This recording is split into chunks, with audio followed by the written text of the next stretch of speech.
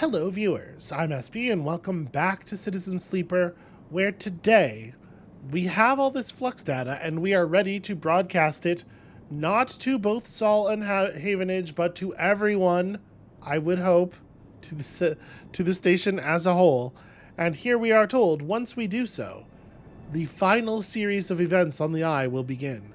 I had to say, I do not much care for, these kinds of, completely outside of the game warnings. I think that games like this in particular really benefit from things being able to have unforeseen consequences and also from a very limited amount of text being shared with you outside the voice of the game. But also, I know that a lot of gamers will absolutely throw a fit if they are made unable to go back and get something. There's something about the idea of a thing becoming no longer attainable that just drives some people absolutely mad. So I get why they might have done this. But anyway, we have the data, we have the ability to send it. Do we want to just do this? What else do I have on me? I have some money, I have a stabilizer. I have no idea what's going to happen here. But I guess we're as ready as we're ever going to be. We have an upgrade point. I don't know what I would do with it. Yeah, it just doesn't feel like we could get another upgrade point and use it to buy a point of interface, maybe? What's a drive that we're close to? We're pretty close to freeing Neovend, I suppose.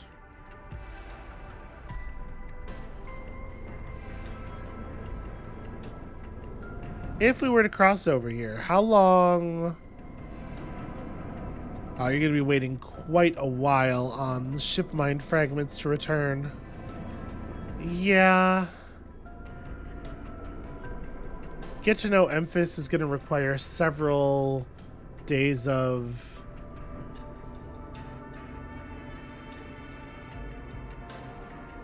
Putting together scrap to finish this unit, honestly, might be pretty doable.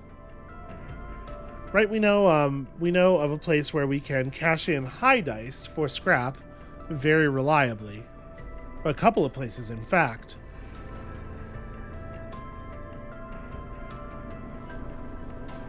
This one's an engage even. Let me go 50-50 here.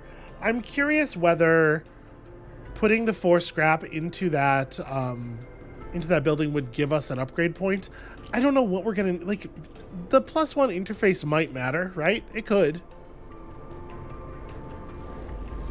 Give me that positive. Yeah.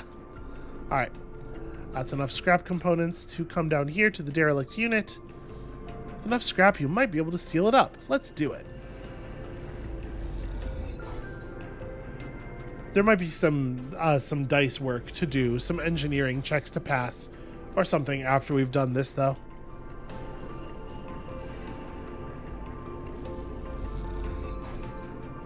You tuck the scrap into the shattered interior. It's hard to imagine this place as a home, but it can't be worse than the container.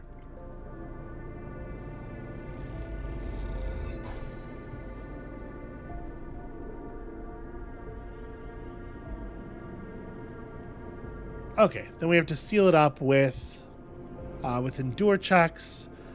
And honestly, it's not that many of them, but we don't have the dice for it right now. I really have no idea if the point is going to matter, but why not, right? It's relatively easy to get it figured out. We'll just run some shifts at the bar, I guess. It's interesting that this is marked risky when, as far as I can tell, the negative outcome is just 10 cryo. It doesn't harm you or anything. That's really kind of just disobeying what the game told us the rules were for the terms that appear underneath the slots, right? Risky is supposed to mean that a negative outcome has a chance of doing you some real harm. Wow, those are terrible dice. What the hell? Well, I mean, we'll go ahead and endure. Get ourselves a quarter of the way there. We don't even really need that much value. We just need, like, it has to come through a little bit. You know what I'm going to do?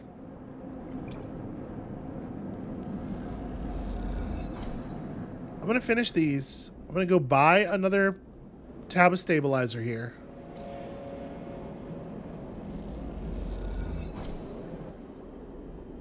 And then we're going to rest and use a stabilizer right now to try to complete this task more quickly.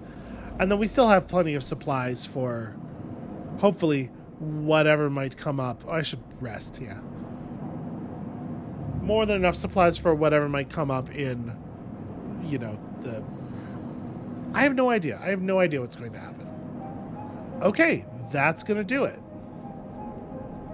So... let's throw some 5s in here.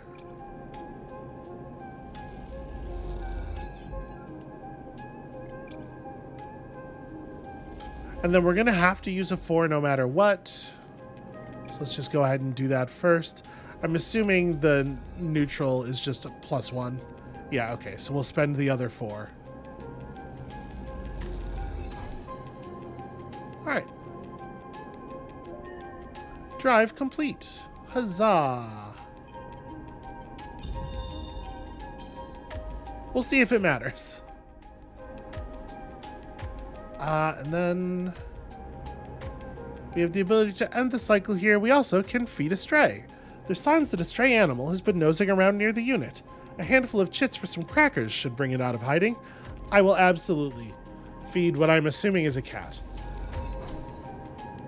You buy the crackers from a shop unit downstairs and crumble them up in the tray. Something moves in the shadows. Aw. The stray hops up onto a work surface and looks out of the unit's small window. It doesn't acknowledge your presence, it just sits there, beside the tray of crumbled crackers, staring out at the low end. What is this cat's story? Are there more on the station? You haven't seen another in the low end, but in this vast megastructure, that means little.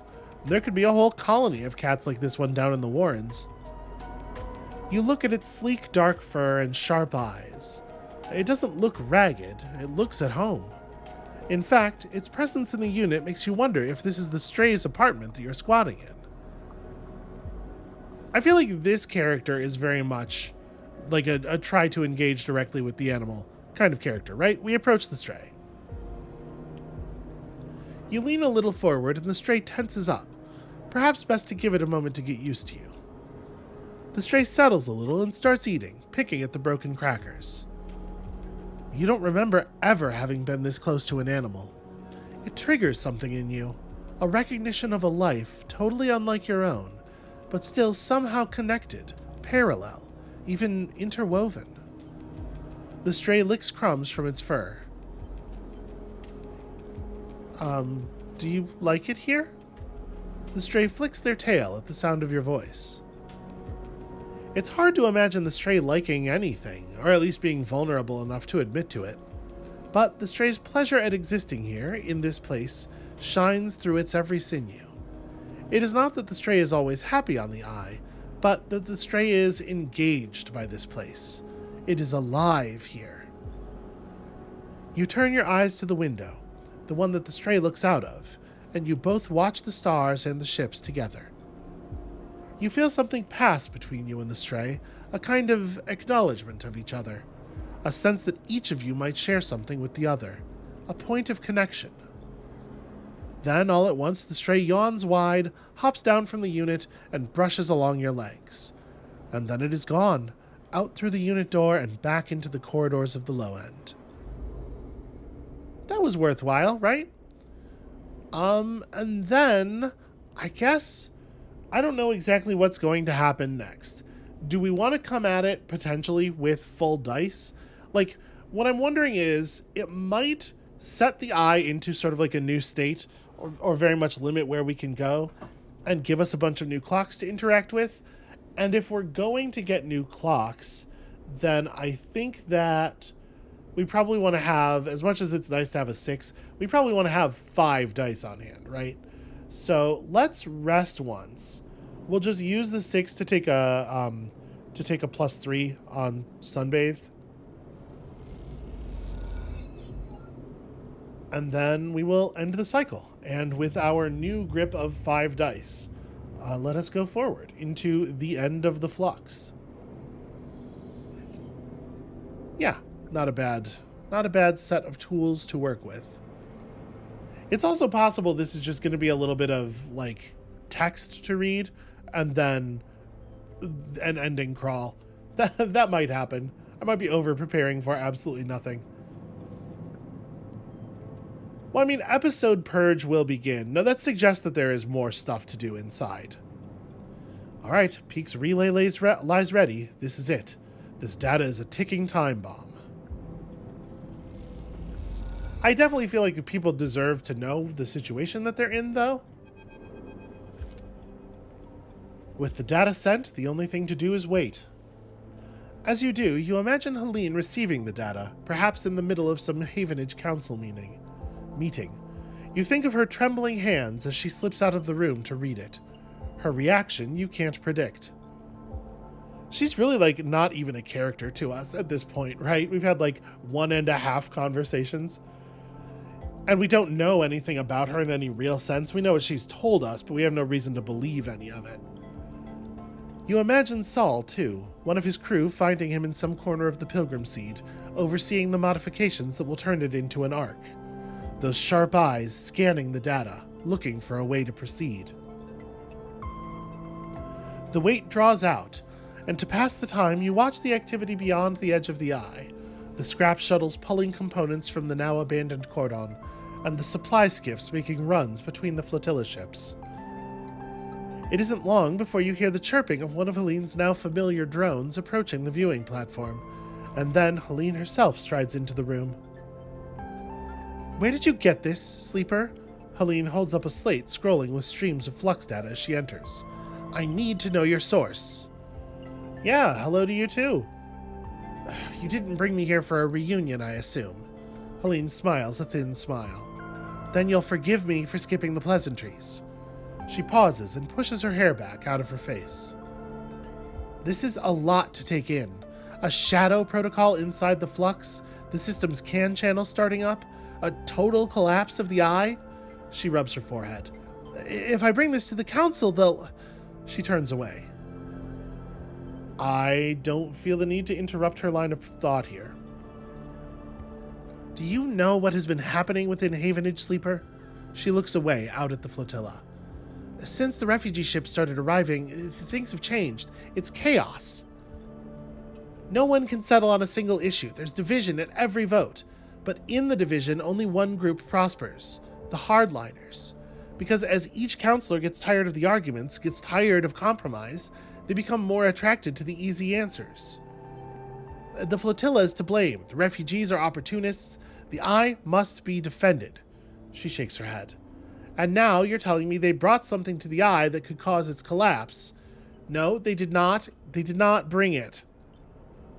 Well, it doesn't matter, Sleeper. That's all the counselors will hear. This lady is very eager to engage in what sometimes we call preemptive agreement. She's like, well, it doesn't matter if the argument hasn't been advanced, if the bad thing hasn't happened. Let's just ensure that it does and then move forward from there. We will act as though it has. There's no reason to force our opponents to actually go through the effort of winning. Many of them already presume that the refugees are somehow to blame. Did someone say refugees? Saul clanks into the docking bay, grinning at the situation. Speak of the devil, and well, here I am. His suit hisses as he settles on his cane. Helene glances between the two of you, uncertain if she's been drawn into some elaborate plan. Saul holds out a hand to her. Saul, he nods. I believe we've spoken remotely while the cordon was still up. See, the thing is, I don't think we are all allies here. I think Helene is fully, like, Helene is a hardliner, right? this thing she does where she's like, I don't know, there's no way to stop these people who will definitely do all these things, and I think we shouldn't make any effort to stop them. We should just assume they're going to succeed. Like, that's very much a person who is pretending not to be a reactionary, bolstering a reactionary cause, right? You see this a lot on social media. So I'm going to say I sent both of you the data. I hope I sent it to a lot of people. Saul laughs. Well, thank you. He raises an eyebrow. Evidence of our mutual inevitable destruction is not much of an olive branch, but I'll take it. I'm not Havenage, Helene blurts out, then corrects herself. What I mean to say is that no one person represents Havenage. That's the idea. I did not support the cordon, and I did not support your quarantine. He's very eager to not appear to be against anyone, like on any other side. Saul nods. Well then. Saul glances at you. Anyone mind if I get myself up to speed here? He pauses, but you get the feeling he isn't expecting an answer. 1. The flux events, the very same destabilizing waves that collapsed the colonies on the moons of Ember, have reached the station. He holds up a stubby finger. 2. According to the data Sleeper provided, these events are acting as cover for some kind of intrusive protocol, which is causing the real damage. A second finger joins the first. We don't need lines of narration. Like, we know that he's doing that from the way he's speaking. 3. The Shadow Protocol will do the very same thing it did to Ember's Song, Step, and Hearth, and quickly. In short, it'll shut down everything keeping this place alive. 4, and this is my favorite, we have no idea who or what is doing this or why. Is that about the total of it all? Yeah, no, actually, it does get worse. There is definitely another flux event coming. Of course there is. Saul smiles thinly. Sounds... Helene pauses, searching for words. Intimidating. Helene turns to Saul. Did you manage to put up any kind of resistance on Ember's Hearth? Saul shakes his head. Well, that's why we're here. The Pilgrim Seed was the biggest ship to make it out unscathed. He pauses. I suppose we didn't have this data. We didn't know what was heating up the systems. We all thought it was the flux. Helene looks at you. And I imagine you, Sleeper, and whoever helped you uncover this might be able to figure out a countermeasure? Well, we can certainly try. Helene nods approval. Okay, so that's the start of it. If you'll forgive me, Saul cuts in. Part of why I was able to save as many as I could on Ember's Hearth was that I gave up hope early. Saul shifts his weight, his suit hissing. There were endless strategy meets, system reboots, tests, and trials, but I just got on with working on the Pilgrim Seed, with getting people on board. So when the second and the third and the rest of the flux events hit, we were ready to go. So I can offer you some advice, Miss Not Havenage. It is to give up on that line of thought you have, that hope, and start the evacuation now, right this cycle. Saul looks out of the observation deck toward the Pilgrim Seed.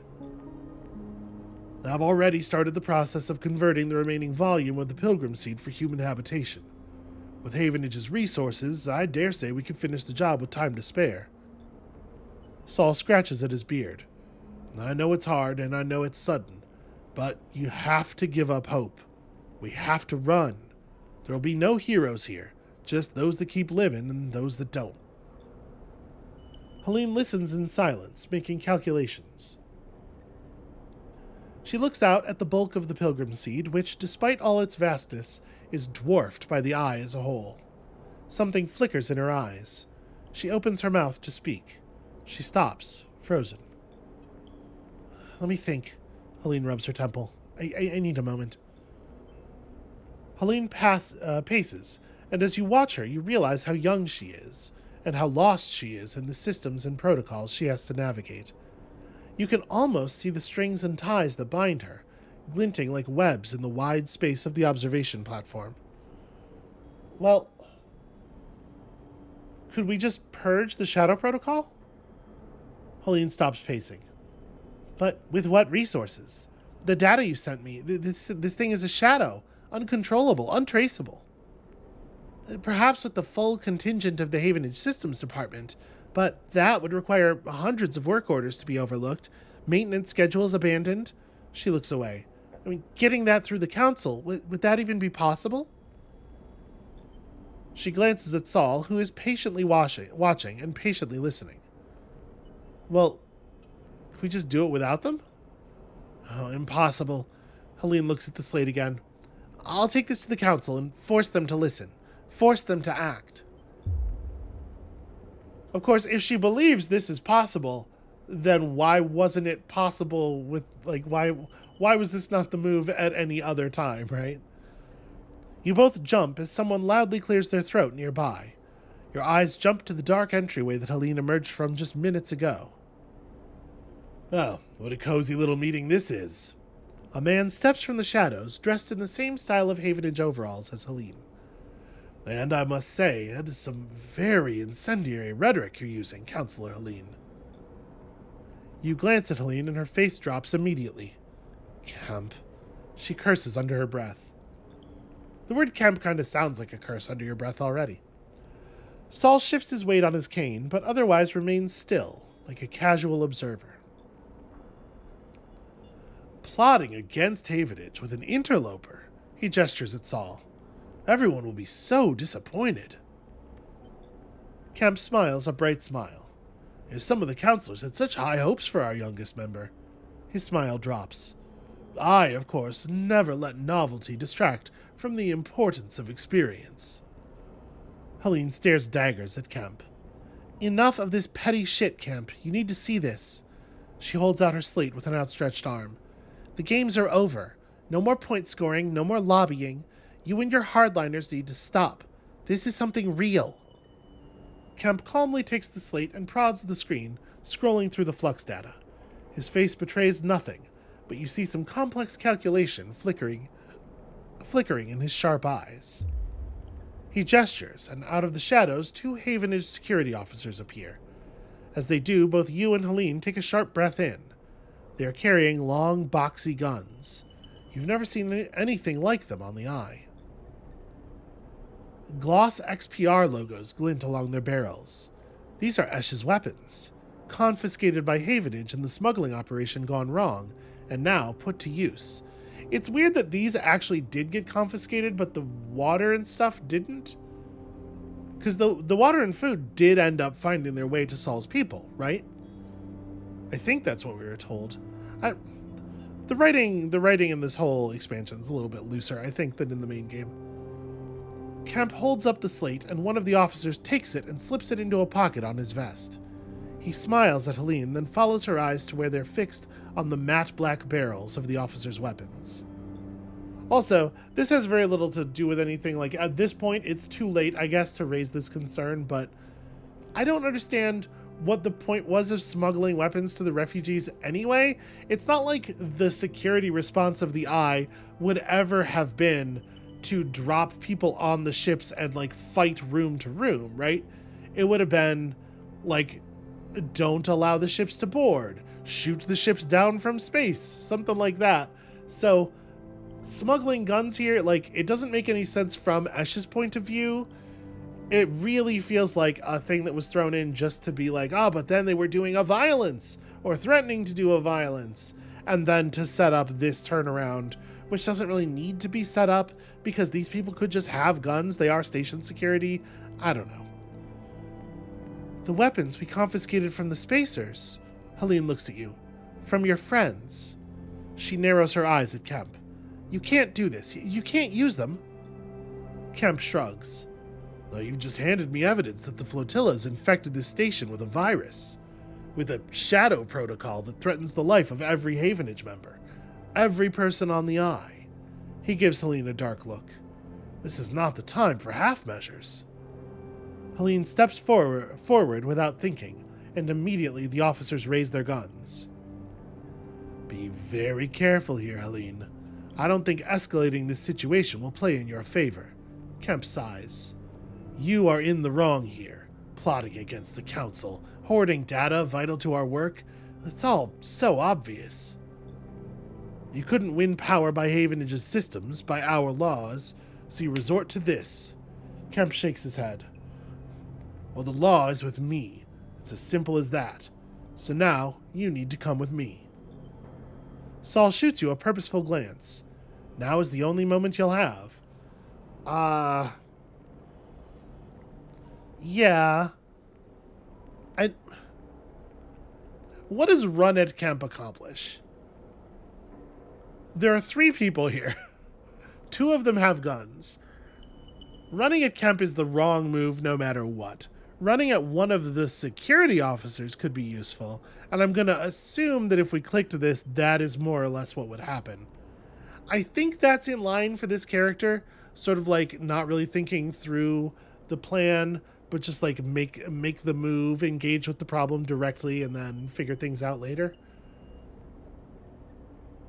But it does feel a little bit like this is gonna end badly. It's too in character not to do it. You rush Kemp, but as you do, Saul twists one of his arms, snapping something on his suit. A burst of pressurized gas jets out, clouding the room in a choking cloud. That's what when you cloud stuff, it usually results in a cloud. Somehow, in the gray, your shoulder finds Kemp. He tumbles backwards, pulling you with him. Then something crackles blue through the gray, like lightning inside a cloud, the cloud from earlier. The weapons. The fear takes over, and you stumble to your feet, running from that terrible cracking sound as it whips through the gas. You stumble into another body in the haze, and both of you tumble through a doorway. It's Saul, and you stumble and limp together, mindlessly through corridor after corridor, until that crackling sound is no longer echoing in your ears. You catch your breath together, Saul wrenching his suit back into shape and leaning heavily on his cane. Well, I assume that wasn't part of the plan. Saul coughs. Certainly gave some life to proceedings, though. Yeah, are you okay? Saul pats at his suit, his hand trembling. As okay as usual. He straightens up. I'll be honest with you, Sleeper. None of this changes anything for me. The Pilgrim Seed will be going in a handful of cycles, whether Havenage wants it or not.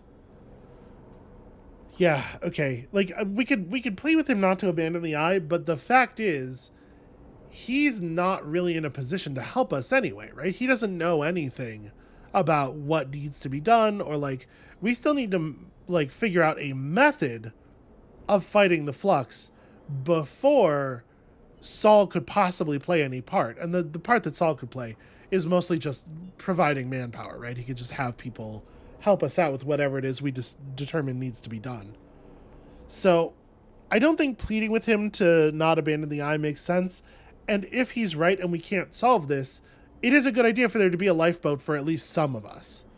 Well, how many can you take? Saul grimaces. I don't know right now. It depends on how the work goes, on who wants to come. People won't want to leave their home, Sleeper, even when death is bearing down on them.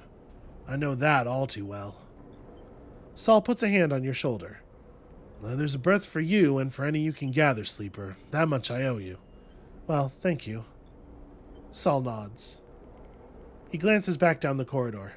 Now, I think we better clear out. I'm not sure those officers won't come looking. My crew will meet me at the edge of the cordon, so I'm good from here. Saul leans on his cane. Oh, and thank you, Sleeper, for sending the data. I appreciate the extra info. I'll see if I can help us shore up the Pilgrim Seed against any future Flux events. That's the second time we've seen sure up instead of shore up, but it is shore up, right? Now I'm gonna hold on a second. Is it not shore up, where I'm Googling it? Yeah, it's shore up.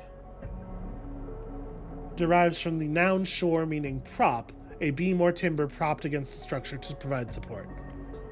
Yeah, I've never heard or seen anyone say sure up before. I guess I can see how you would get it, like to make something sure, but weird. We'll be leaving as soon as we're able.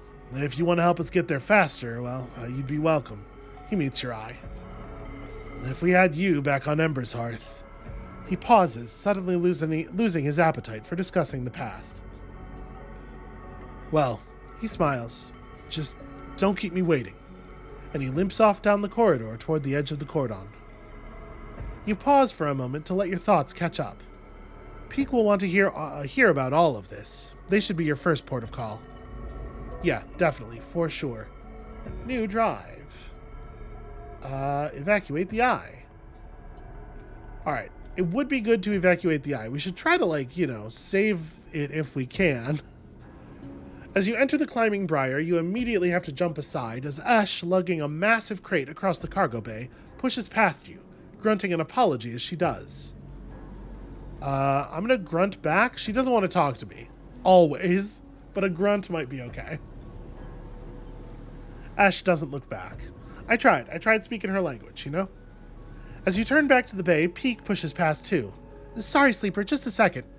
Peak rushes to catch up with Ash. Put that down, please, Ash. But she doesn't respond to their urging. We can't leave, not yet. Peak puts a hand on her shoulder. Please, I'm the only one here who can...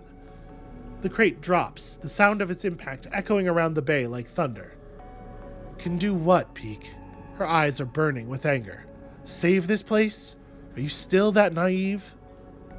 We're running, Peak. We are running because this thing cannot be stopped. It couldn't be stopped at XPR, our home. Why would we stay to stop it here?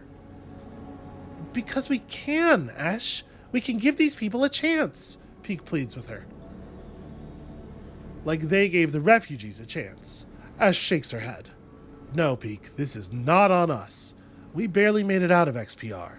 I worked for years to escape, and now you want to throw it all away? I left everything behind. My mother, my friends, to take you out of that place. She clenches her jaw. She turns and slams her hand onto the crate, breathing hard. We go.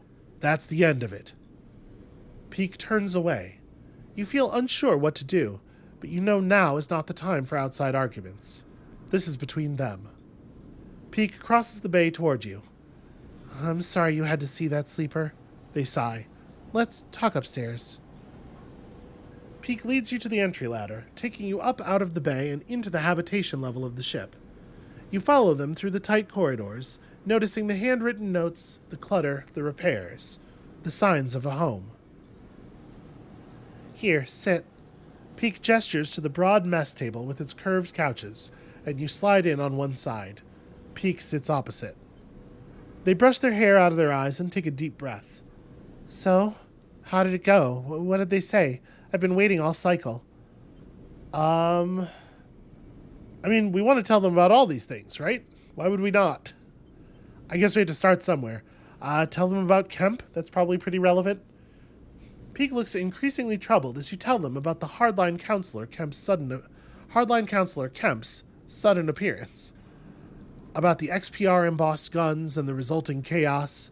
You admit you don't know what happened to Helene. Peak is silent for a moment. Those are Ash's guns, right? The ones she smuggled out of XPR on the ship? The ones she didn't tell us about? Yeah. Peak's head droops.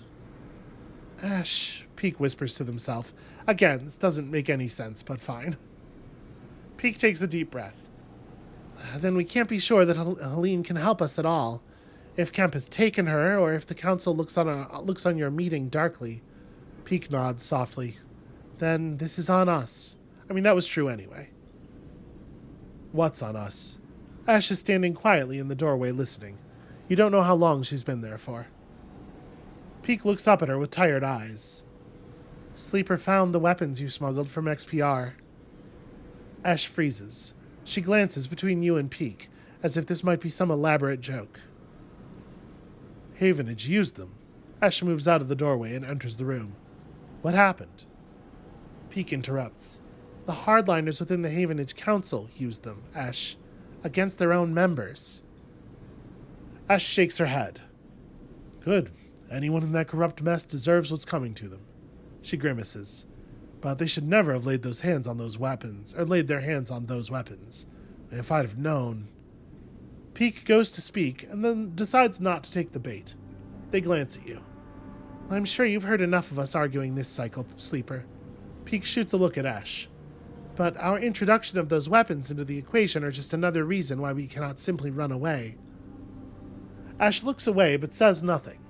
She surely knows they cannot absolve themselves of responsibility here. So what is motivating her? You realize that she still might be trying to protect Peak, even from themselves. That's not a thing to realize. She literally said that. The word realize is being used very loosely here. Suddenly, a shrill beeping fills the room, and Peak pulls out their slate to silence it. But as they do, they freeze, their finger hovering above the screen, the beeping continuing its insistent pulse. What? Peak doesn't seem to hear you. They blink with glazed eyes at the slate. Then they let out a long exhale and tap the screen. The bleeping shuts off, leaving a ringing silence behind. Ash frowns at Peak. Planning to explain? 12 cycles. Peak looks vacantly up at you both. 12 cycles until the next flux event. They shake their head. I have been using the arrays on the Briar to look toward the center of the system, to approximately where the CAN channel should be. At just this moment, they detected a signal from the inner system. Given the distance and the pattern of previous flux events, we have 12 cycles before it reaches the eye. The silence in the room is deafening. 12 cycles, that's it, before a second wave hits, and this place... Peak interrupts your thoughts. We start now. That's the end of it. Peak stands up to face Ash. You want to take the Briar and run, Ash? That's on you. But I won't do it.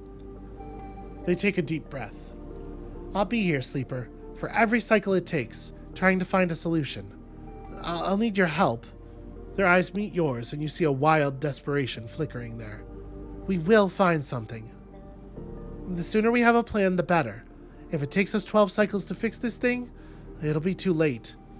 Peak's eyes flash with determination. They reach for a slate and pass it to you. Here, so we can keep in touch. You pocket the thin handheld terminal. And Ash, Peak starts, but she's gone, storming down the corridors of the ship on a path to who knows where. You know from experience that it is impossible to outrun your fears. But you get a sense that Ash will try anyway. Peak rubs their red eyes, staring after Ash. Maybe I'll take a moment before we start. They smile weakly, tears of exhaustion gathering in their eyes. I'll see you back here soon, okay? As you slip from the room into the corridor, Peak's quiet sobs somehow carrying through the ship, and you slip from the room into the corridor. Peak's quiet sobs somehow carrying through the ship behind you as you leave. Okay, well. Yeah, let's try to fix this. This is plan number 1. Because, like, just basic utilitarianism, right? Like, the evacuate plan results in a lot more deaths than the fix-it plan. So, Peak is tirelessly analyzing the flux data and testing countermeasures on the Shadow Protocol. They need your help. So we get minus energy on negatives. We can certainly throw our 6s and 4s at this. And, yeah, we'll definitely be able to finish that task at least. Do we see anything else? Nothing else new, it looks like. I mean, there won't be anything to do until we have a plan, right? That makes sense. Out of curiosity,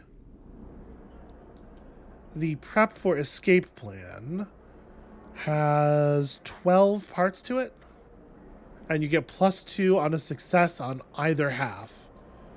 So, okay, it wouldn't actually take all that long to do this. I'm not going to start by doing it, but it's good to know. And we're going to get value out of this +1 interface immediately. Peak is tirelessly analyzing the flux data and testing countermeasures on the Shadow Protocol. They need your help. You show the latest data to Peak and their eyes light up. They've seen something. But what is it? Let me throw one of these 4s in here. Show me positive. Of course.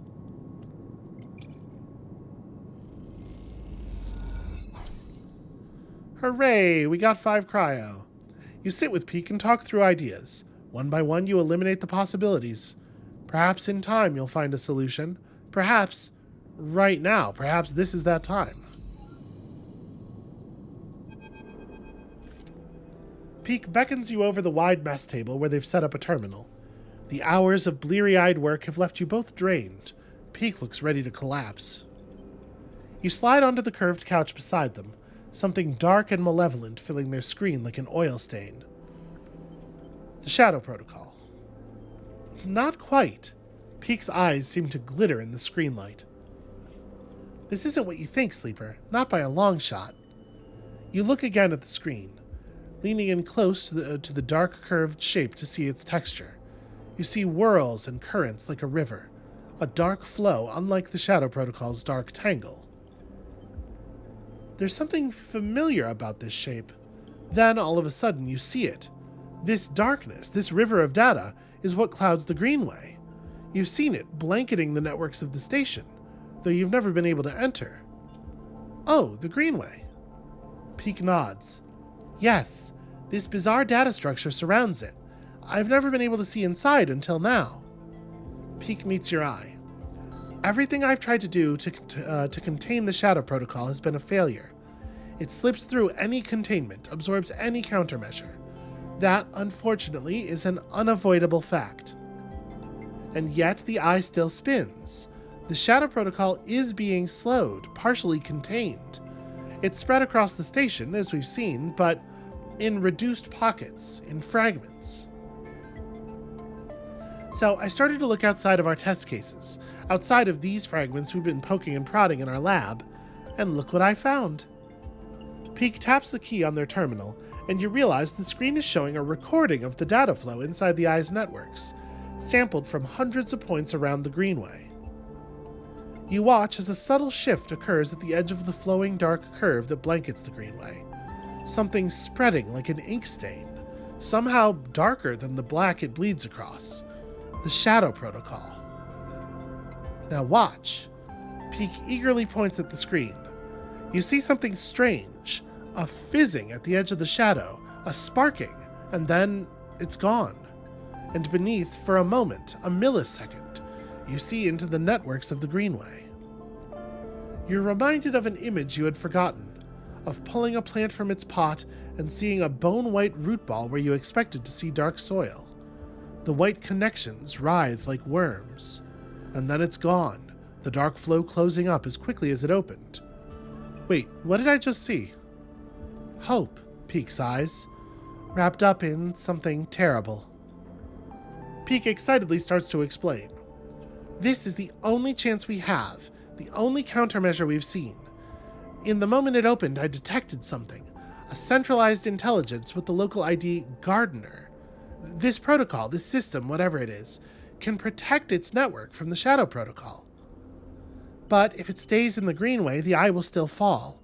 The station's systems are too exposed, too spread across the hub, the shipyards, the spokes. The only way to break it open, to spread the entity's network access it, expand it somehow. There's a whole bunch of words missing here.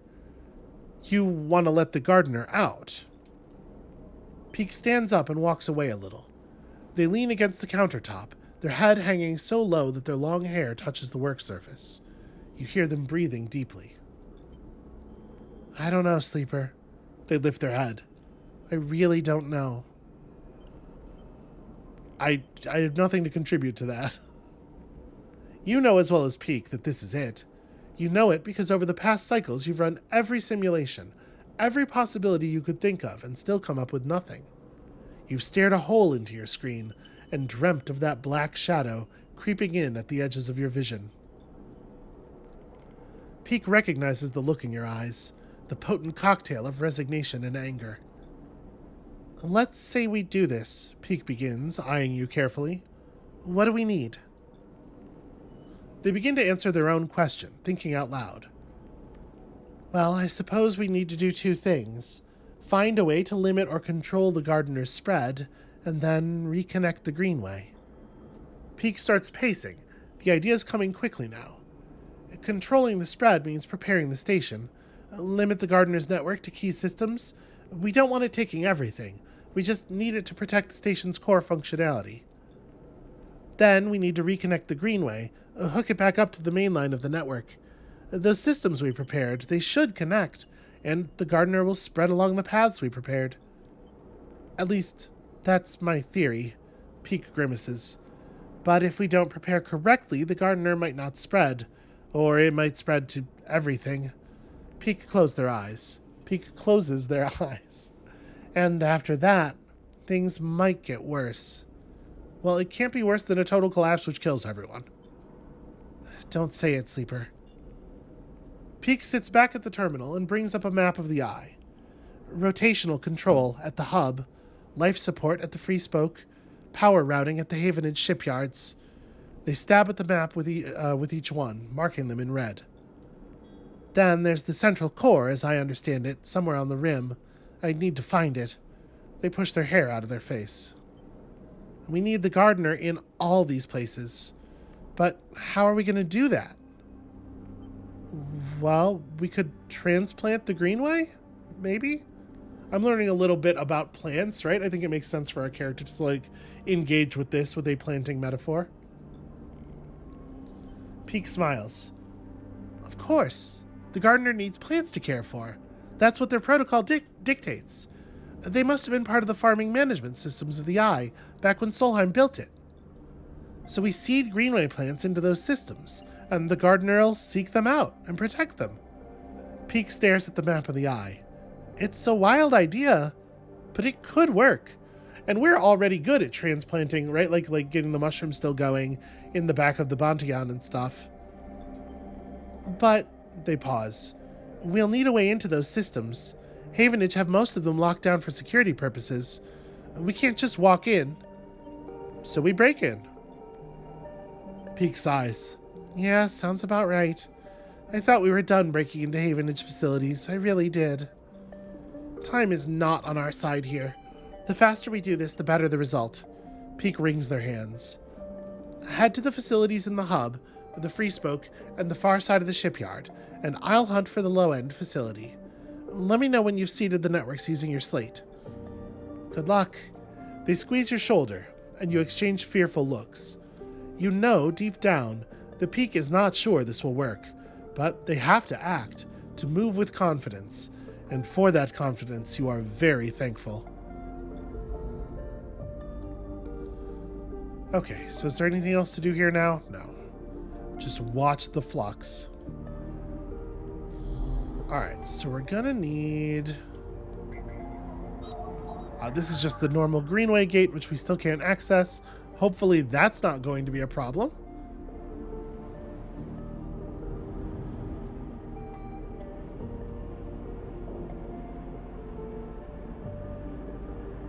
So, cracking access codes. Yeah, that plus interface turned out to be very valuable indeed. Life support is protected by a series of complex code locks. By brute force or algorithmic deduction, they'll need to be cracked.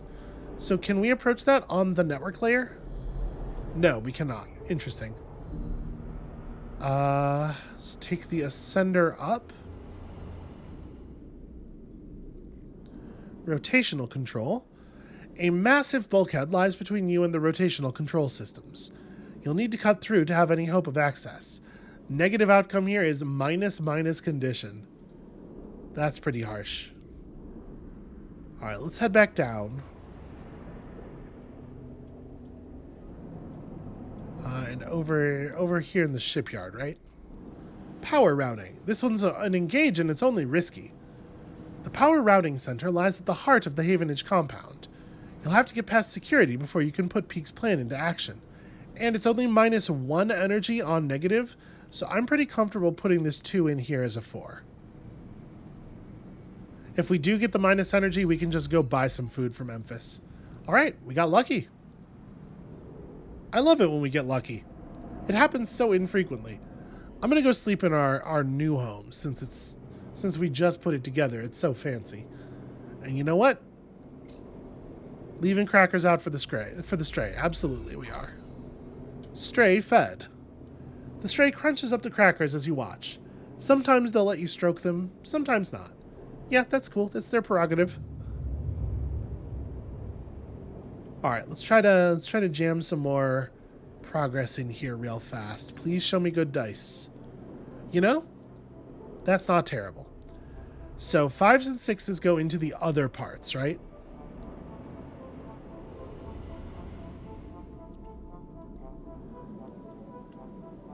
We definitely have to get through this bulkhead. A massive bulkhead lies between you and the rotational control systems. You'll need to cut through to have any hope of access. Alright, easy enough. You cut through a hidden support strut, and the bulkhead shudders. A couple more of those, and you're through.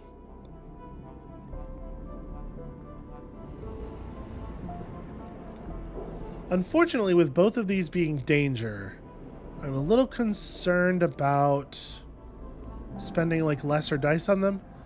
I should eat before I throw potential failures here.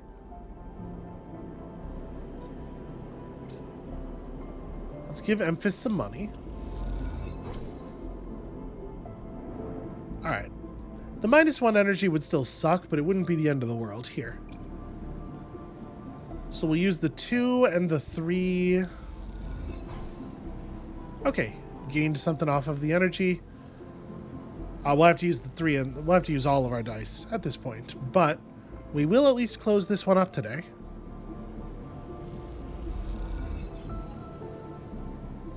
Alright, you managed to sneak a set of security paperwork from an existing contractor. This should help you get inside. So now what are we looking at? Implanting greenway spores into the system here should bait the gardener into extending their protections to this vital system. Well, it just so happens I have a bunch of spores. I'm glad I didn't spend these. The garden is implanted. Now it must grow. Yeah, so that's like a really important part of the timer, right? Is that you need to get things in place. It's 64. I'm going to buy another stabilizer. We have 12 cycles in total. I'm debating taking a stabilizer tonight, so that we have 5 dice for the absolute maximum amount of time.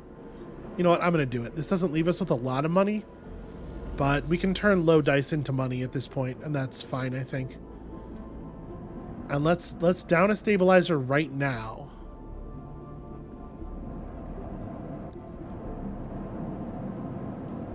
Stay at 5 dice for a couple more days.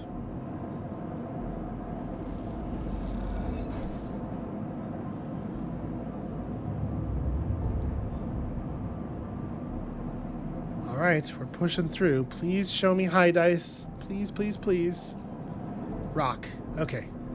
That is good stuff. Let's finish off rotational control. We've gotten pretty lucky here so far. Like today, we have, I think, swung significantly above expected value. Alright. Forced entry indeed. And spores.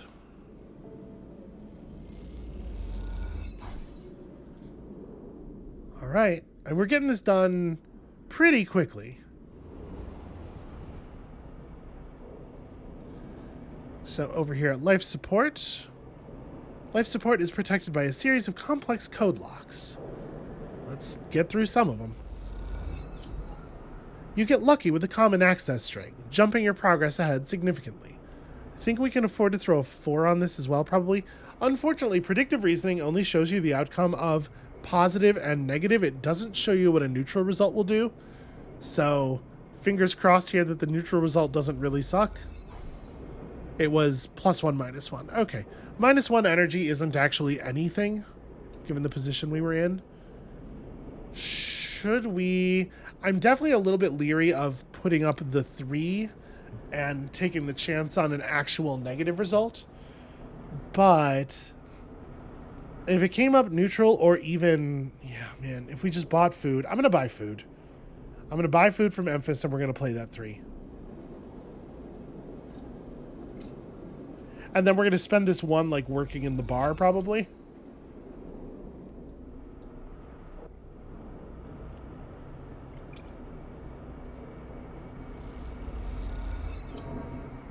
Okay, sure did hit that negative. Also got the transfer intercept, though. Yeah, that sucks. It was worth a try. Alright, back to the bar. Make some money so we can buy some food tomorrow. Oh, also, Free thrill seeker. Again, even with that negative, I think we are so far above expected value for today. Wait, what am I doing? I'm not feeding my cat.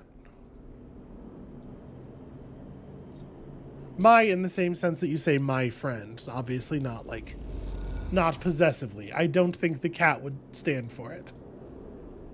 Whew, okay.